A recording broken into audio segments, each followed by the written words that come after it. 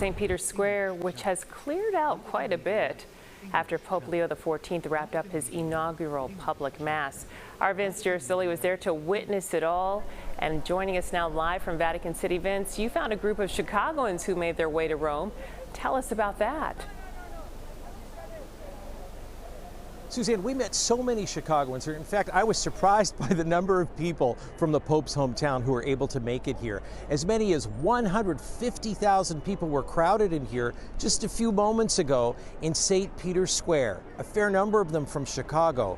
But for a select few, the moment was that much more special. The moment Pope Leo in his Pope-mobile passed by may not have been a miracle, but it sure was something special. Look at the excitement on the faces of these Chicagoans, students and educators from Loyola's Arupe College, when their hometown Pope passed by. This was a moment just a few seconds ago. Describe it for me. I felt like a little kid seeing something that I don't know, I just felt like a little kid coming out. It was so, oh my God. It was so exciting. Well, we met the Pope. The exuberance of this moment almost didn't happen. Their bus was blocked by a traffic accident, access to the main piazza of St. Peter's Square now closed. But this moment was, if you'll allow me to say it here, divine providence. On the way here, we were discussing whether we use see the Pope or meet the Pope. We met the Pope and had that encounter, and it was really marvelous. Well, we were very nervous, and we were like trying to get the phones out, trying to record. It didn't feel real. I mean, the Pope just got elected, and now we're here. We were in Chicago just yesterday, and now we just saw him. So it was amazing. Other Chicagoans were in the crowd too. Kate and Lindsay, also from Loyola's Rome campus, got up at 5 a.m. to secure a spot, witness history, and honor their Catholic faith. I'm just in shock and awe. I feel like it was such luck that, you know, the conclave happened and we got a Pope from Chicago. Just the perfect timing. How we just arrived 2 days ago on Friday, and it just kind of felt like there was no other option for something to do today. Like, this is where we have to be. You know, Suzanne, I think you can feel the energy just coming off of the screens there for the people who are able to be here, and actually getting that close to the Pope as he drove by in his Pope-mobile. Well, what an exceptional day. When the Pope made his remarks today, he did call for an end to the exploitation of the poor and also an end to war, particularly in Ukraine.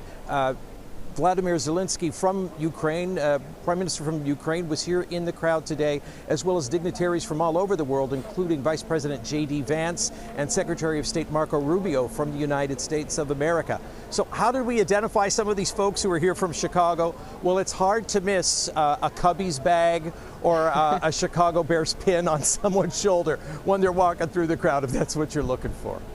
You know, Vince, this truly was an assignment of a lifetime for you. What stood out the most for you during your coverage, but then also for you personally as a person of faith? All right, so I'll just start with personally. You know, you come to a moment when we're all so blessed, and to be here is a blessing. And, you know, I think people of faith know that it doesn't matter where you are close to your God, as long as you keep them in your heart. But to see so many united for the same reason, I think that was really impressive. And to see so many people hopeful that what Pope Leo says about what the efforts of humankind should be moving forward, working toward peace, working to welcome the stranger into our homes and into our communities. That was very impressive, and that's one of the things I will always remember. All these people were gathered here for faith, and that was exceptional. But also, some of us came to buy souvenirs. Can I show you my souvenir, Suzanne? Sure. Is that okay? There aren't a lot of Pope Leo souvenirs just yet, but I did find this one. It's a coffee cup that says Americano. Americano. You can get a kind of coffee here called Cafe Americano, and that's sort of like a watered-down espresso. But so this was my souvenir purchase. It cost me 13 euros, which is about $14, but I think it's worth it, don't you? Definitely, because it is a moment in history, and you know what? You have created for us memories that will last a lifetime, and you now have that for yourself as well. Vince, thank you so much for your coverage, and thanks for being with us this morning.